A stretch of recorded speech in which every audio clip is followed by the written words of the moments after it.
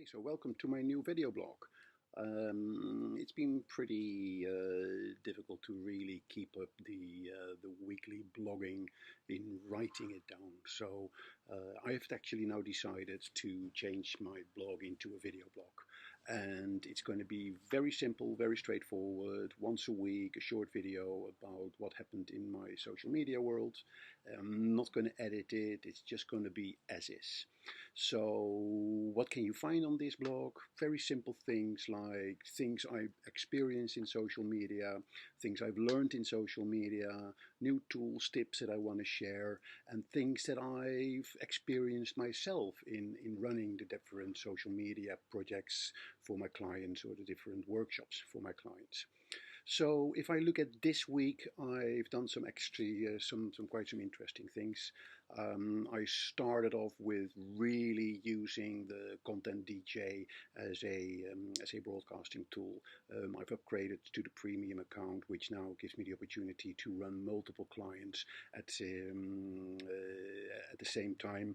And so far I've been very impressed with the application, and it really organizes the outreach of my social media for my different clients. So yeah, I'll put a link in the notes of this video blog, but it's worthwhile getting into checking the Content DJ application. Another big thing that I've been working on this week is transferring a site from one of my clients from one provider to another. And I tell you, this is an area of the internet that is still a dark horse for me. Moving a URL from one provider to another, registering domains, it's a very complex area, and if you're not careful, you can interrupt emails, interrupt the performance of a website. So you really need to know exactly what you're doing. So what happened? The domain was on one area with one provider. The website was hosted on another provider, and I created the new website on my provider. So the first thing that I tried to do was actually change the hosting records from on the domain provider, to so they would redirect to my provider where I hosted the new website. And as soon as I did that, I wanted to send an email to the client, hey, here is the new website is now live, but that email bounced back, and what I'd forgotten was actually to change the DNS records. Or actually, I couldn't do this, the approach that I took, because it would interrupt the email. So I had to revert back to the old situation, and then I started the process of transferring the domain from the first the domain provider to my domain provider where I host the new website. And then there's a new sort of an area, a new black hole where you simply don't know exactly what to do.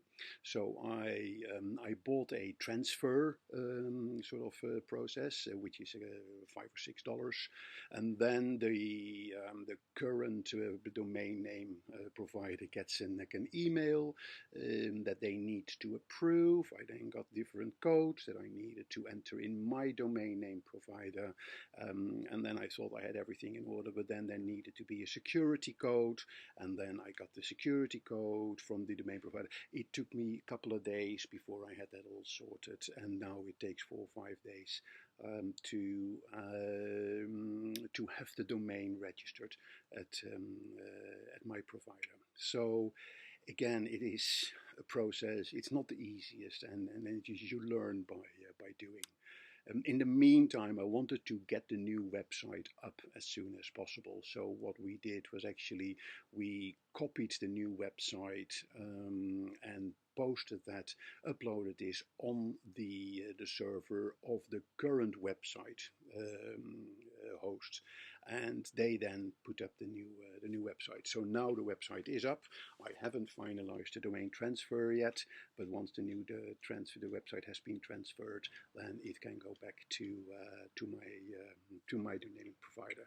So all in all, a process which is you don't want to do too often, and you don't want to mess around with it because it's an area which is prone for mistakes. But hopefully it is all going to work out. The client is happy, and we can start launching the website pretty soon.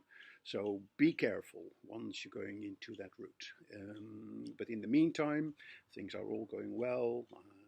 Got lots of interesting content to share, and watch my different social media channels. And that's it for this week. So see you next week. Take care, guys.